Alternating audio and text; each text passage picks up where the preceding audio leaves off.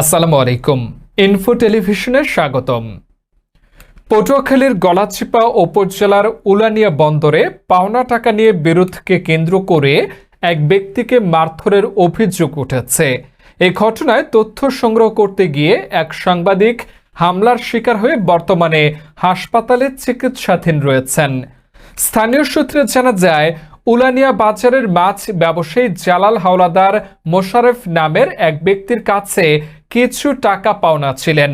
সকালে পাওনা টাকা চাইতে গেলে মোশারেফ তাকে আংশিক টাকা পরিশোধ করেন এবং বাকি টাকা সন্ধ্যায় দেওয়ার আশ্বাস দেন।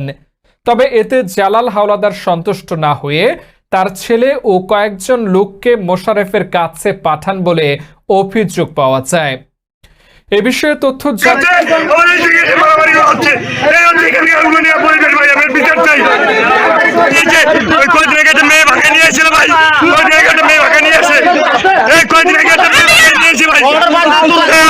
ছেলে উপস্থিত কয়েকজন ব্যক্তি সাংবাদিককে ভুয়া সাংবাদিক আখ্যা দিয়ে হামলা চালায় বলে অভিযোগ করা হয়েছে।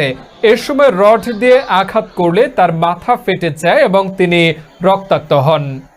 আহত সাংবাদিককে উদ্ধার করে গলাচিপা উপজেলা স্বাস্থ্য কমপ্লেক্সে ভর্তি করা হয়েছে। বর্তমানে তিনি সেখানে চিকিৎসাধীন রয়েছেন। কি হয়েছিল? আমি শুনতে পারছি যে এক ব্যক্তির উপর আক্রমণ করা হবে, তার কাছে কিছু টাকা হবে, টাকা দেয় না, এর উপর আক্রমণ করা হবে। এই সংবাদের ভিত্তিতে আমি তথ্য সংগ্রহ করতে যাই।